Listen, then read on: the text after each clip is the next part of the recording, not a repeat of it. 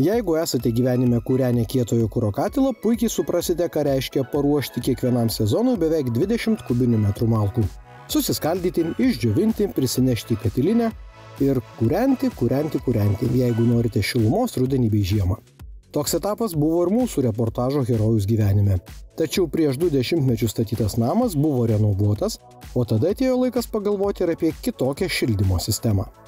Atsirado tas poreikis, kada pastatėm dar vėliai gyvenom name, tėvų name, pastatėm dujinę įrangą dėl to, kad nevažinėt kiekvieną dieną tenai šildyti žiemą. Tai labai gerai šitas pasitvirtino, tada reikia savo pasidaryti. Tai padaryta pas mane 3 metai. Su Saurida tai man labai patiko. Išmanioji šildymo dujomis sistema šiame išties erdviame name puikiai tiko. Jokių ypatingų papildomų pakeitimo darbų nereikėjo. Namas šildomas radiatoriais bei šiek tiek grindinių šildymų. Meistrai montavimo darbus atliko vos per vieną dieną, kas maloniai nustebino šeimininką. Šiuo atveju klientui buvo parinkta ir pasiūlyta dujų tiekimo sistema su dujiniu katilu.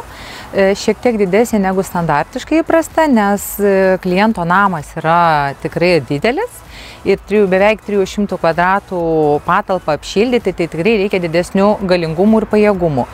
Įprastai klientai dažnai renkasi 6-8 dujų balionų sistemą, kur pilnai užtenka 100 ir 150 kvadratų namo plotui. Tačiau kiekvienas atvejas yra individualus, dėl to konsultantai atvykę pas klientą, išklauso jo poreikių, kokios yra galimybės, kokia namo techninė būklė, kokia šiluminė varža įvertina bei jo plotas.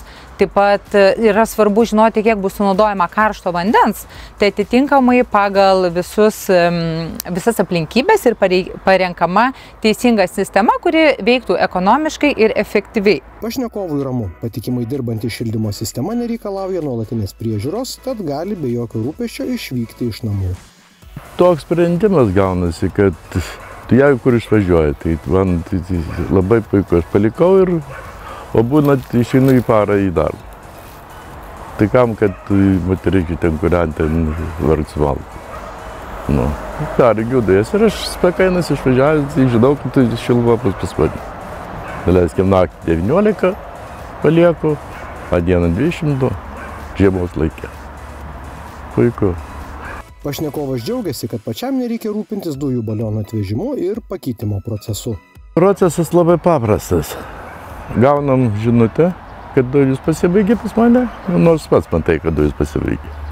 Ir jie gauna, atsiunčia sąskaitą, apmokė sąskaitą, dujus 2-3 dienon dujus tame. Labai gerai.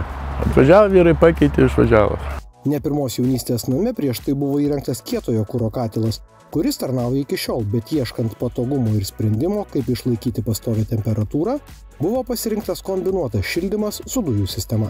Daugeliui klientų labai patinka šis šildymo sprendimas dėl to, kad jisai yra labai greitai įrengiamas, paprastai užtenka vienos darbo dienos ir nereikia nieko keisti sudėtingo, nes pas klientus būna senesnės statybos namai renovuoti ir dažnai jau būna įvestas šildymas kietu kuru ir nenori žmonės tiesiog išardyti, išmontuoti kieto kuro katilą, tad ieško sprendimo, kaip galima būtų kombinuotai šildyti.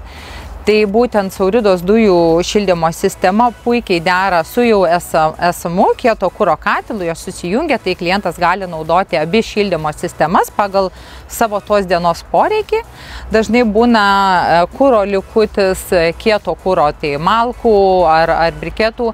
Ir žmonės nori sunaudoti tiesiog ir kai nori ir šiek tiek pakombinuoti, pataupyti ir gyventi patogiau. Įmonė dirbanti daugiau nei 25 metus džiaugiasi, kad klientai patys dalinasi savo patirtimi ir rekomendacijomis. Aš rekomendavau vienam žmogui, bendradarbiai. Jis atvažiavo pas mane, apsižiūrėjo, jis naujas namas statėsi ir jis sako, kokie čia šildymai, kokie šildymai.